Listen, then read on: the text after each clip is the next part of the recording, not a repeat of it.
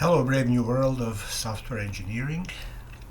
Today we're going to talk about really exciting new developments because, hey, it's 21st century, it's year 2021, and we've been doing some interesting new breakthroughs recently. And in my case, I've been doing the Agile and the TDD and all this extreme programming for a good part of my career. So I was kind of itching to see, well, there's got to be something more to it, right? And that may sound immodest, but I was waiting and hoping, and of course, Beck and guys like him deliver, right? So they're never standing still. They're never saying, okay, we reached the apex and this is it in our career. And they keep pushing, probing, and I think we all should do that. Now, some of us, of course, don't have much time to do it, but still, even when I'm working on some mundane tasks, I always try and kind of reflect and think about what I'm doing and why am I doing it. And at the end of the day, it's all about the quality of life, which is given to us by our chosen profession. And in this case, my profession is amazing. It's giving me so much satisfaction, fun, quality, as well as knowing that I'm potentially helping a lot of people if I do a good job and I automate some processing. So if we are coming from a TDD practice, which is an amazing thing and just incredibly good, but now we're learning that there is new breakthroughs, and one of them is the so-called TCR, or test and commit or revert. Now, this of course has been in the making for almost 2 years, I think, year and a half. And Beck was talking a lot about that as well. But today I just want to go through the high-level presentation, and I don't want to stop there, but I want to also roll up my sleeves and start coding and show you how TCR makes us even better programmers. But first, let's talk a little bit about what is it and what does it mean and why are we even looking in that direction. So I'll start with asking, what is the problem? Because if we're happy with TDD and it's doing great job for us, why am I still dissatisfied? And the answer is very simple: code as text. But why is that a problem? Code as text is so familiar. Any programmer, any coder, any developer, software engineer, however you want to call us, we program computers by typing on the keyboard and writing some text. And why is that a problem? Okay, well, I hate to put it this way, but computers are phenomenally stupid machines because they cannot understand text. And lately has been some development and breakthrough in natural language processing, but it's mostly to understand text as in human communication. But when we want to communicate with the computers, and we as humans like to use text, then computers just cannot grok it. And for computers to execute our code, there's got to be an intermediate brokerage layer. Some interpreters, some machinery, some compilers who wanna take the text, and if it's all properly, the syntax is correct and properly formatted, then we stand a good chance of the compiler or this intermediate brokerage layer will translate that into machine instructions. Now, for us to go in and code in binary, it's just not very productive, and it's very hard. And so why is that a problem? Because I'm lagging. There's a lag from when I write something or I express some intention until I see whether what I wrote works or doesn't work, whether it makes sense or doesn't make sense. This lagging time is what really is killing us. And of course, TDD has been proposed as one really good method to shorten that lag time from when I say something until I actually see that something in action. And we don't like this kind of lagging or being in this kind of wait hold loop. So in the early days, the pioneer programmers were working in a much more immediate fashion. So, rewiring those machines, it was direct. It didn't need intermediate translator or interpreter. Now, today we're talking a lot about shift left, which means we push any of the feedback that we expect machines to give us toward as soon as possible. We're shifting all the way left, because if we imagine going right is, we make a diff, make a change, eventually it trickles down. If everything is okay, eventually gets deployed and finds itself in production, which is right. Now left is this moment, as I'm thinking, as I'm trying to make something work, this is extreme left. So I'm right there. I crave immediacy in my work, but immediacy is not coming very easily for me. So just to be clear, shift left doesn't mean how much time is left until the end of shift. Shift left means I want to gain some immediacy. I want to learn if what I did, my diff, the differential between the system that I founded before I started working and when I made some changes, did it break something? Does it work? And all these other things, useful information I'm looking for when I'm making changes.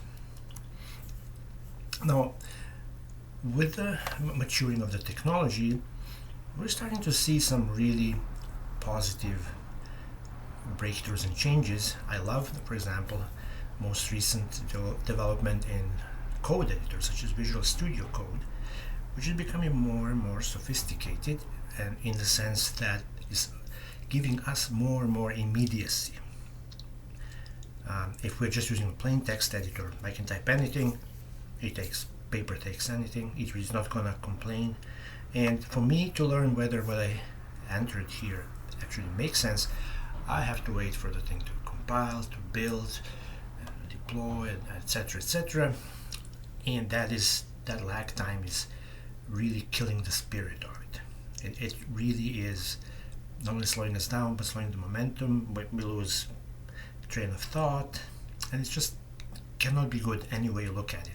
So yes, we are looking at modern tools to give us as much immediacy or immediate feedback, immediate information about what we did as much as possible. And it's great that Visual Studio Code and other great platforms, every iteration they're giving us better and better immediacy.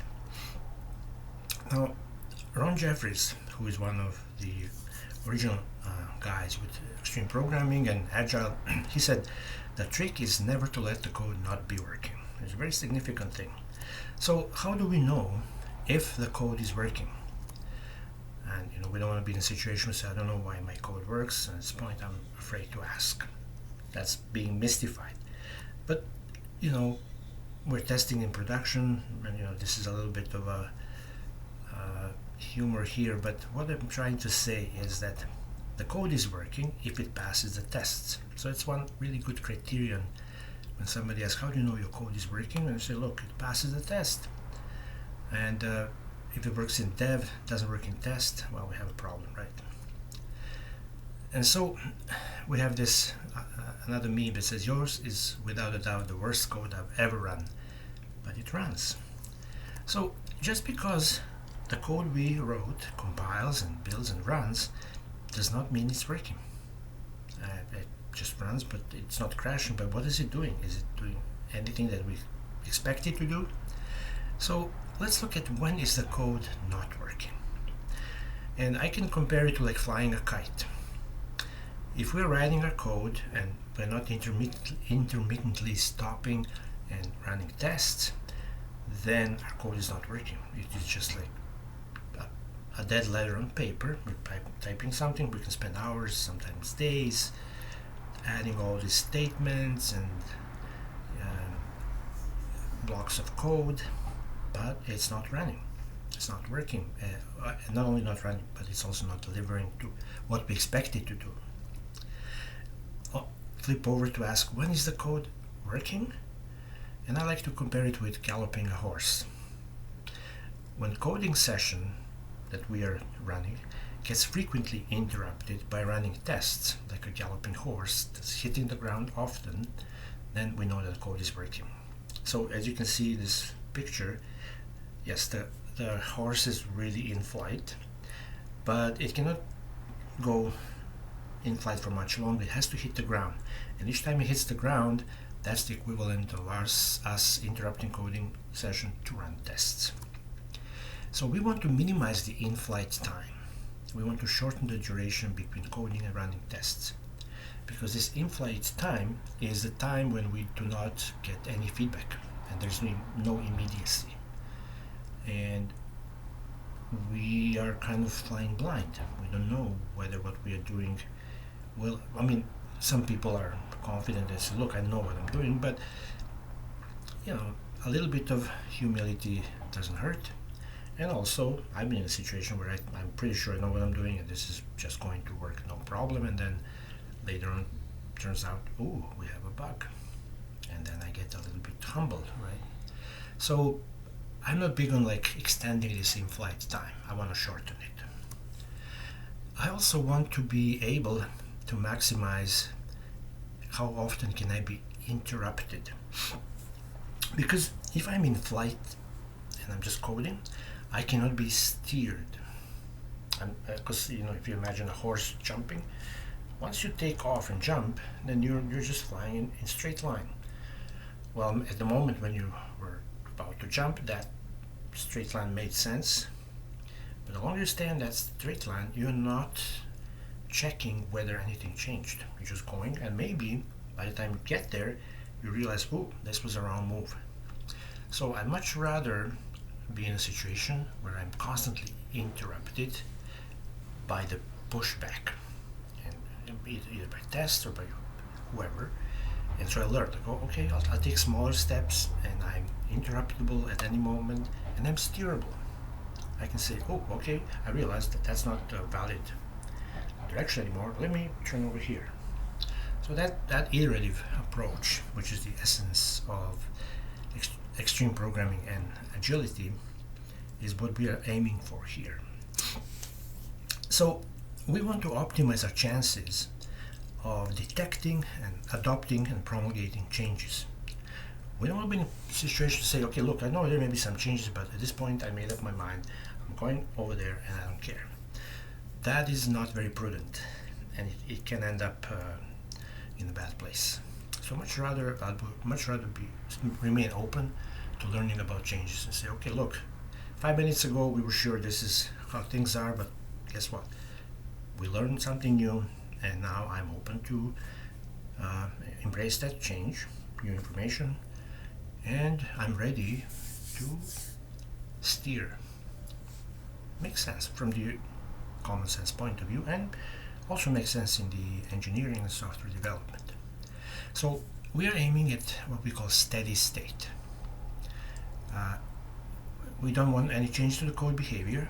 The system passes all tests. We are in steady state. This is the highest value actually in software engineering, steady state. What is the best way to maintain steady state? Basically, remain grounded.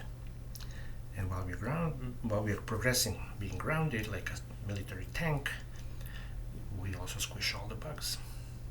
We're not taking off, and then while we're in flight, something changes, and before you know it, it's a bug, right? We don't want that.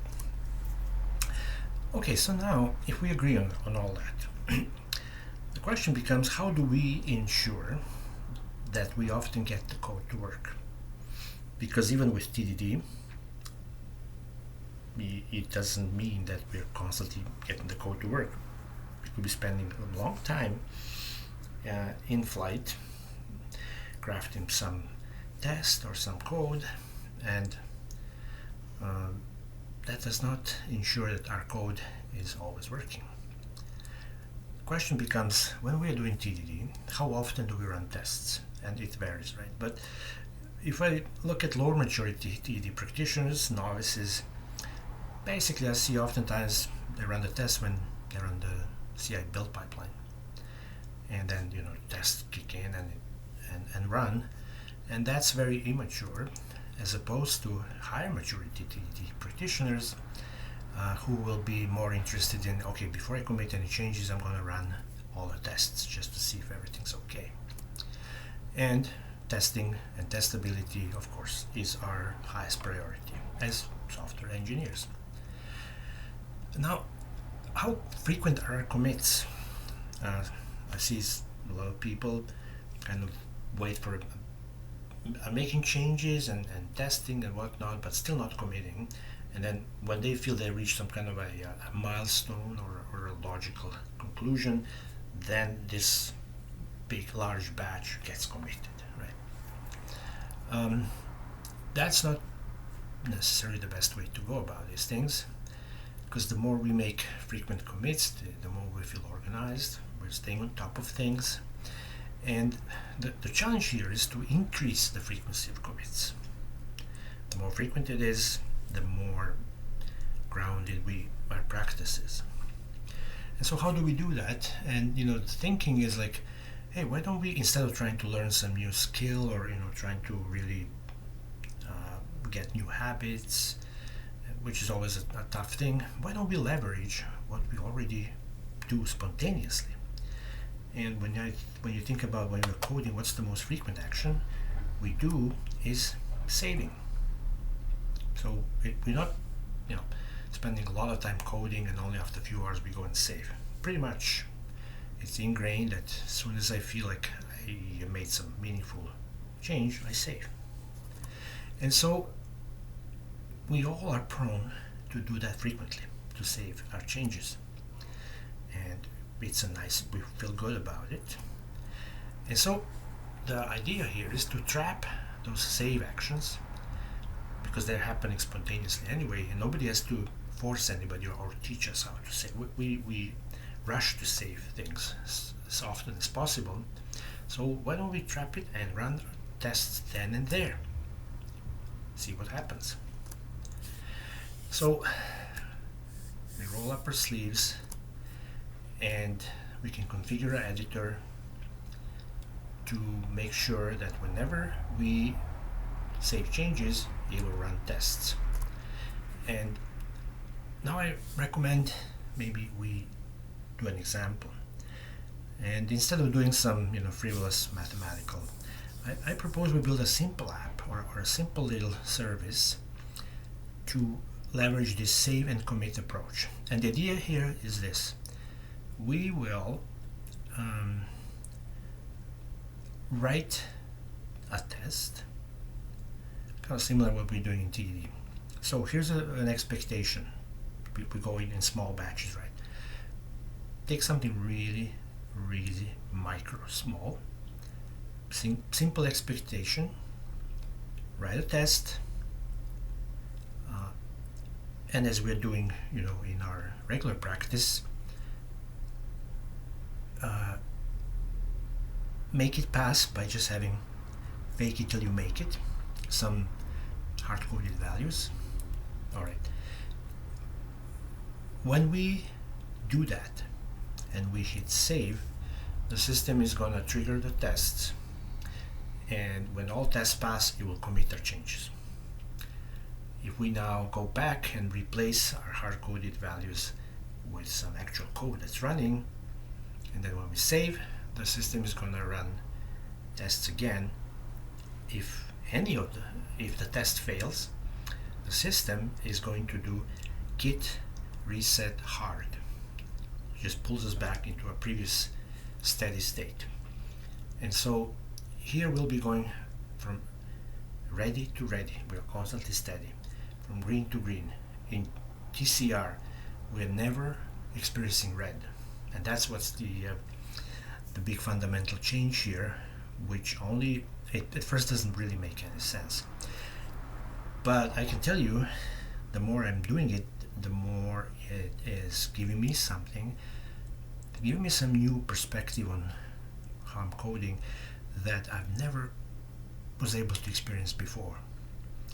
And honestly, without actually doing it and just reading about it or watching somebody do it, I don't think that's gonna necessarily convey the importance or the benefit of this approach. But anyway, I'm going to now stop this presentation. I'm going to go into hands-on coding. I'll show you how this goes and what kind of energy and what kind of impetus and momentum this approach, where you're basically living on the edge, it kind of changes you, and in a positive way, right? And because you're really, this teaches you to go in really small steps. Because if we're not doing TCR, we can kind of relax and have larger batches, and because yeah, we go in red, okay, we're in red, and we're not rushing anywhere. This one is much more intense. It's not for the faint-hearted, and it takes some getting adjusted to, but I recommend any ambitious software engineer to try it. Give it a few, turns around the block, see how it fits for the size. Okay, with that in mind, I'm now going to flip over and start building this app from scratch and show you TCR in action. See you there. Thank you.